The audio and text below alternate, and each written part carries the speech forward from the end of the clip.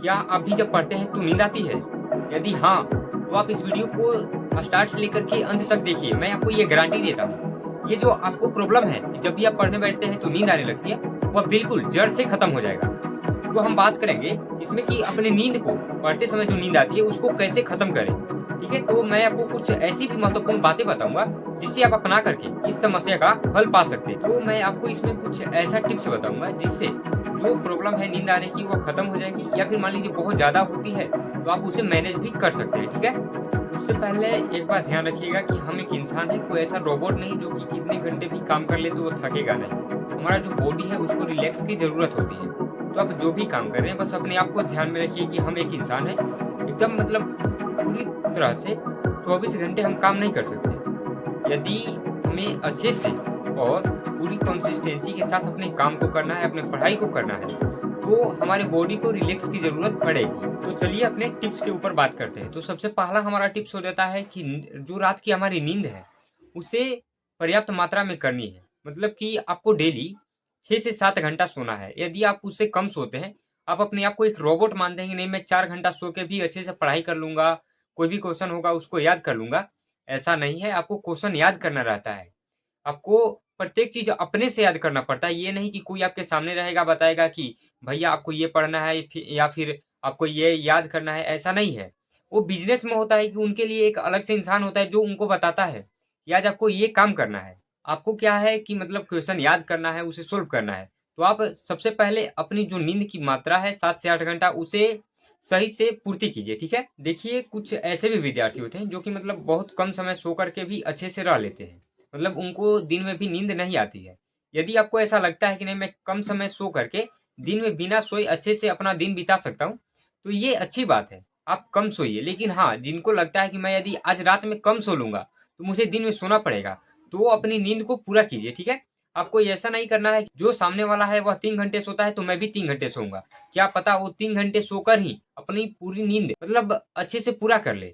या फिर मान लीजिए वो 3 घंटे सोता है और दिन में उसको नींद नहीं आती है। और आपको क्या हुआ कि आप 3 घंटे सोए और दिन में पता चला कि दिन में ऐसा नींद आया कि आप पूरे दिन सो करके बिता दिए। तो ऐसा बिल्कुल नहीं करना है। दूसरी बात, आप हमेशा चेयर टेबल पे बैठ के पढ़ाई कीजिए। आप कभी भी यदि गद्दे पे या फिर बेड पे बैठ के पढ़ाई करते हैं तो आपका जो बॉडी है वह रिलैक्स देता है, और ये जैसे ही उसको रिलैक्स मिलता है तो फिर उसका जो ध्यान है वह नींद की तरफ जाने लगता है, उसको मन करता है सोने का। तो आप यदि संभव है तो आप हमेशा टेबल चेयर पे बैठ के ही पढ़ाई कीजिए। इससे क्या होता है कि जैसे मान लीजिए आप टेबल चेयर पे बैठ के पढ़ते हैं तो आप बहुत लंबे समय तक अपनी पढ़ाई को कर सकते हैं।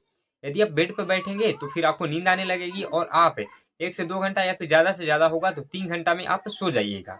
तो आपको क्या करना है, चेयर टेबल पे बैठ के अपने पढ़ाई को करना है, ठीक है? और तीसरी बात ये है कि बहुत सारा रिसर्च किया गया है कि जैसे मान लीजिए जो व्यक्ति दिन में थोड़ी-सी झपकी मतलब दोपहर में 10 मिनट, 15 मिनट या फिर ज़्यादा से ज़्यादा आधा घंटा सो लेते हैं, तो उनका जो बॉडी है वह रिलैक्स हो जाता है, और साथ ही रिलैक्स होने के साथ उनका जो माइंड है वह रिफ्रेश हो जाता है। रिफ्रेश मतलब आप समझते होंगे। मतलब झपकी लेने के बाद जो अपने काम को करते हैं उसमें बहुत ज़्यादा इन्वॉल्व होके करते हैं, और साथ ही उनको वो काम करने में मतलब अच्छे से कर पाते हैं और अपने मन के साथ कर पाते हैं।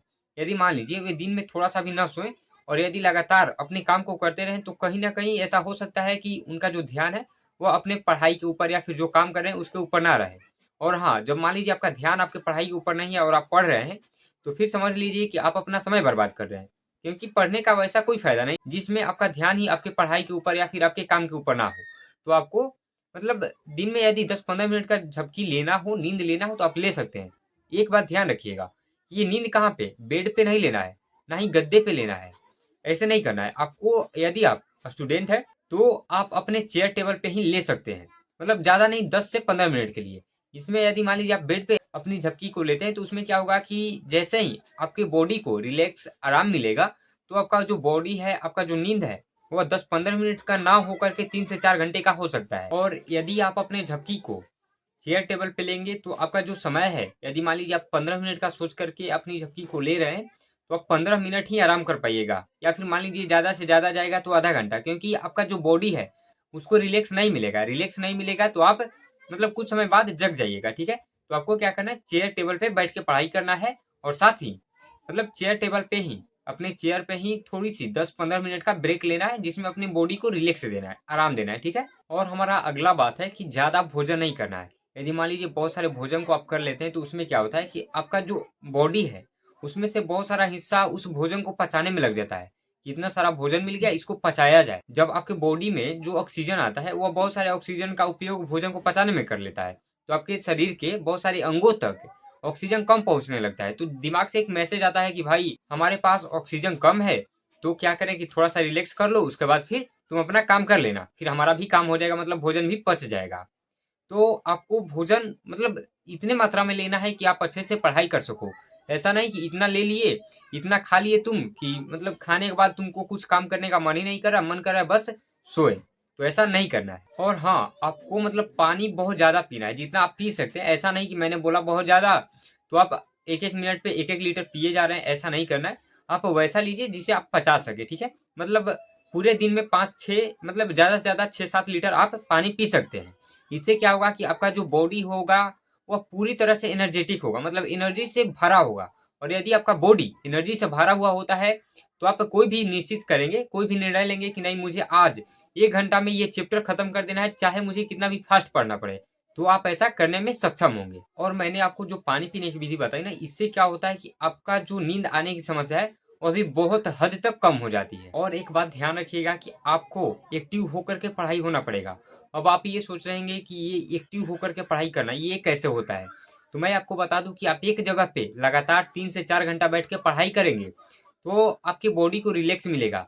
तो ऐसा नहीं करना है। आपको क्या करना है कि मान लीजिए आपको जब भी पढ़ रहे हैं तो आप किसी स्थान पे 1 से 2 घंटा बैठ के पढ़िए।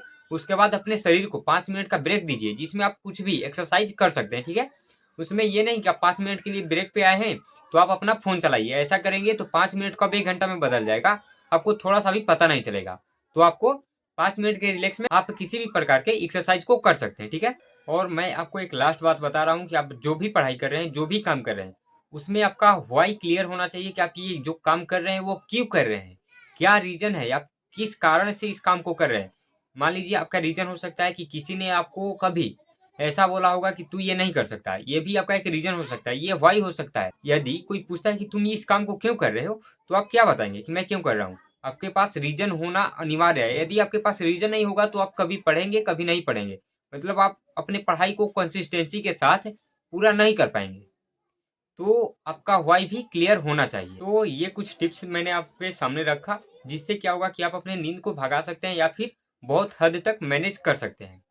तो यदि आप इस चैनल पे नए हैं तो चैनल को सब्सक्राइब कर लीजिए और साथ ही वीडियो को भी लाइक कर लीजिए और मिलते हैं अगले वीडियो में। तब तक के लिए धन्यवाद।